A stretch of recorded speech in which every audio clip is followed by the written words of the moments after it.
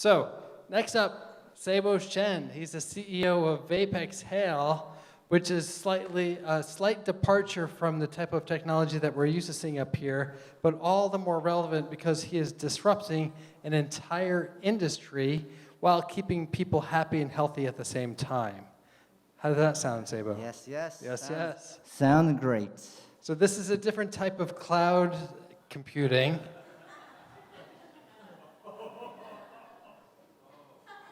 And it's all good. We are in a brave new world, people. Welcome, VapeXhale. Where'd you go, Seibo? I'm back. Sorry.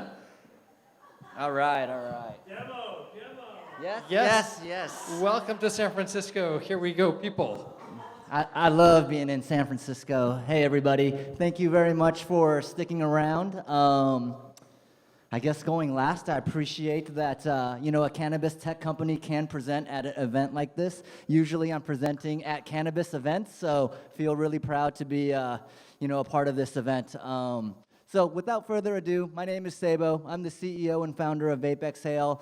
I've been consuming cannabis since 1997. I've been a medicinal marijuana card holder since 2005. And all this time, I felt like, the products being introduced, the vaporizers on the market, they weren't really targeting people like myself. I've been working in the high-tech space since 2004.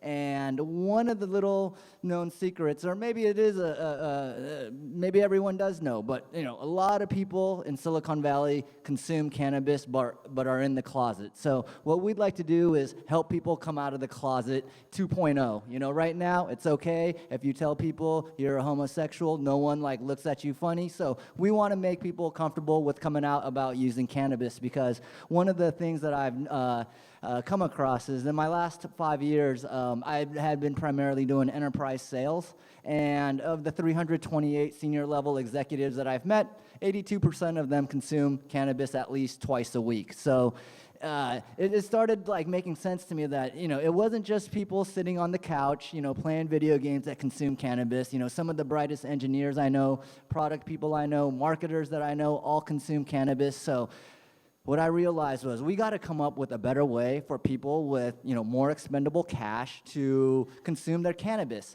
So we came up with this device, the VapeXhale Evo. It was really targeted towards people that are foodies, that have discerning tastes, or really want the highest experience possible. And the analogy I use is so many breeders and farmers are growing these genetically perfect strains that have all sorts of different flavor profiles. And the best analogy I could use is it's like buying a Kobe steak and going home and making a hamburger if you smoke it. So we wanted to design a delivery system that allows you to kind of take advantage of the full flavor spectrum, as well as get a high level of medication while utilizing the device. So the device that we created is the VapeXhale Evo, and what we're really doing and targeting are white-collar professionals as well as athletes. So I know this is a big paradigm shift for the way people think how you utilize cannabis, but here we go. Here's our three-time Brazilian Jiu-Jitsu world champion. What you can't see on the back of his jersey is our logo. So this guy, Denny Procopos, like I said, three-time Brazilian Jiu-Jitsu world champion, also a huge cannabis supporter. He is starting to create programs where you're mixing martial arts as well as cannabis. Here we have a former UFC light heavyweight contender, Kyle Kingsbury. We also have a gym that we're going to start that also utilizes cannabis. If you guys don't know, cannabis could really increase focus. It could increase the way you strategize. And also it's a high anti-inflammatory, so it really helps you recover. So obviously there's a lot of benefits to this plant, but consuming it or smoking it is detrimental to your health.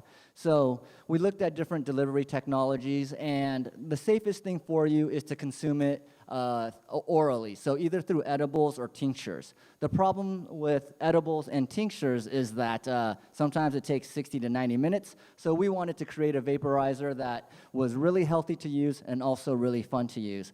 And I've been talking for 4 minutes now, so I got 1 more minute to do the demo, so let's do the demo and show you how it all works.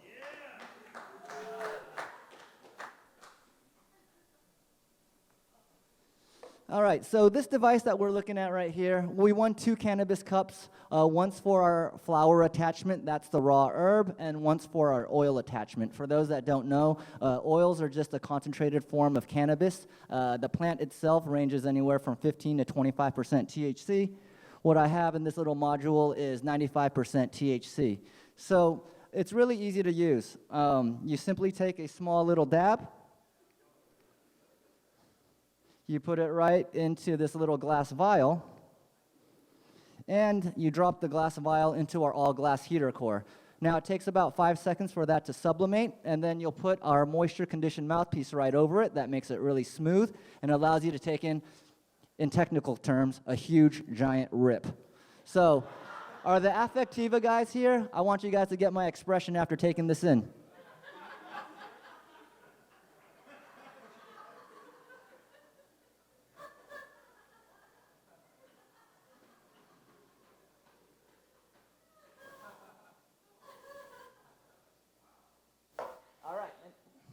All right, so that's it. It's a really simple to use device. Like I said, we won Cannabis Cup twice. I don't know if there's much more to demo other than if you guys want to come up. I got about 5 minutes left of sobriety, so let's start the questions now.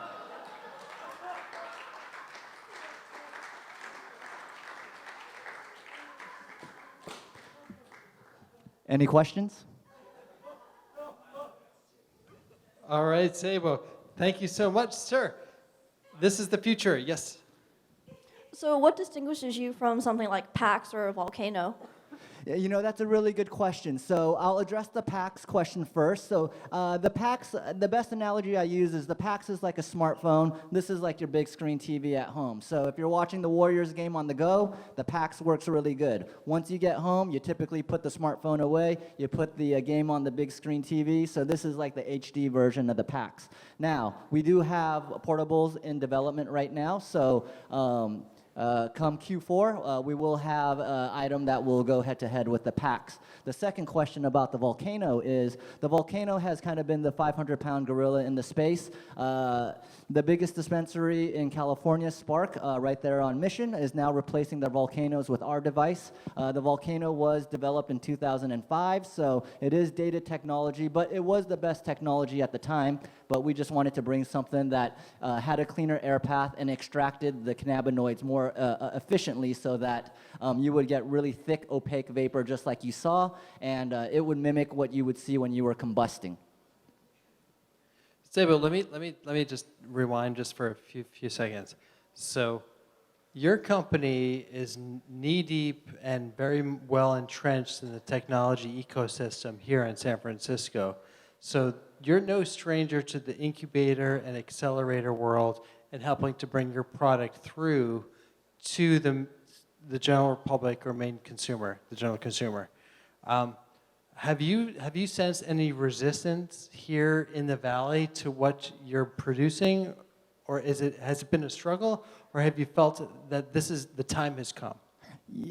Over the last 2 years, when we initially launched, it was extremely difficult to raise money. You know, we schlepped ourselves up and down Sand Hill Road. It was a really difficult idea to sell to them. But in the 2 years that we've been in business, you know, we've doubled revenue every year. So one of the easiest things to go back to investors is, look, you know, we had this strategy, we had this plan, we are on track with the plan, and you know, every quarter that goes by, there is a lot more openness to investing in this type of technology. The problem is, just like with any industry with a lot of white space, you're going to get a lot of people that are jumping in trying to make a quick buck. So there is a lot of noise that you have to get through in order to find the right investors. But luckily, we are in the Silicon Valley, so we have tons of angel investors that are from the tech space that, you know, understood what we were doing from a technology perspective and are going to help us scale and grow.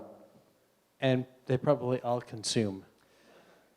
Yeah, I would say that's a requirement. There are a lot of nuances in this industry, and I feel like, not to say that an investor that doesn't consume couldn't add value, but I think, you know, it's like, if I wanted to buy a car, I want to make sure the guy that's selling me the car could drive a car too. So it's something like that when we're looking at investors. You know, we got to make sure that they understand, you know, the benefits of the plant and aren't just looking to make a quick return on their investment.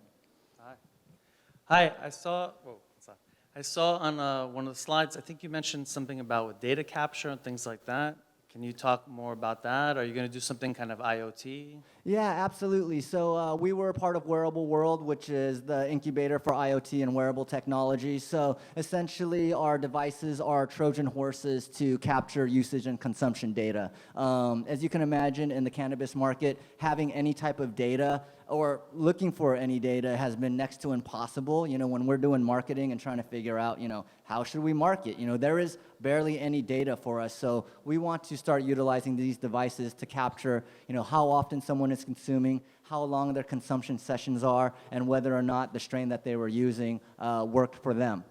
And now with that consumption data, we can match it up with different types of data like purchasing data. And you know, if you can match up purchasing and consumption data, you could start doing some really timely, you know, coupon codes or promotions. Just to add to that, because you're talking about tracking stuff, what about privacy? Everything will be opt-in. So our chief technologist, he just sold his company to Baxter Medical. He is very familiar with what needs to be done to encrypt the data and keep it HIPAA compliant. But to answer your question, it is an opt-in system. But if you do opt in, there are going to be things that will make it worth your while. Seibo, is a date coming where there'll be an SD card in your device that will actually connect to your Fitbit and all your health tracking devices and all that? That is a really interesting question. So just to kind of piggyback on what we were talking about the data capture, a lot of that is going on. There are quite a few vaporizer manufacturers in the San Francisco area, so don't want to give away the roadmap, but there is a lot of integrations going on. And what we believe is we don't want to just optimize people's cannabis consumption, but we believe that matching these disparate data points will allow us to help people optimize kind of like their health and energy levels as well. And on the product side of it, are devices evolving to the point where you can actually derive data from the material you're putting inside of it? That will probably be 2 to 3 years away. There are several companies, including ours, that are working on different types of gas chromatography and membrane technologies to capture that type of data in real time. But currently, for kind of commercial purposes and consumer purposes, not quite ready. That's the future. That is the future. Hands up high. Any other questions for Seibo? The product itself, including the glass, goes for $450. It is on the premium side, but what we tell people is, due to our extraction technology being more efficient, you utilize about a third of the material required for the same medication effect. So on our website, we have a ROI calculator. You put in how much you consume. Our average customer sees a return on their investment in 2.5 months. So feel free to go to VapeXhale.com. You can enter in how much you consume and see how fast this device will pay for itself outside of the health benefits. One anecdotal story I do want to give is I have been, my entire cannabis career since 1997 has been with vaporizers. You know, I never consumed it from a smoking perspective because I wasn't into harming my lungs. And when I had my daughter 5 years ago, we got a life insurance policy. I put down that I was a non-smoker, and unbeknownst to me, they actually sent me to a doctor to make sure that I was a non-smoker. So at that point, I was kind of shitting in my pants going, man, did I just kind of, you know, believe all the Kool-Aid online? Is vaporization technology really that much better? Well, the net of the tests were I was top 20th percentile in lung strength, which is how hard I could exhale and inhale, and top 10% in lung tissue healthiness. And I do eat clean and exercise quite a bit, so I'm sure that helped, but I do consume cannabis every single day, multiple times a day, before I showed up here, after I go home. So I do believe this vaporization technology, you know, really does work, and utilizing myself as a proof point, you know, made me feel comfortable, giving that information out to people as well. Awesome. I think there's a stigma that needs to be overcome, and you're doing a great job, Seibo, so thank you so much. Thank you very much. Right on. VapeXhale.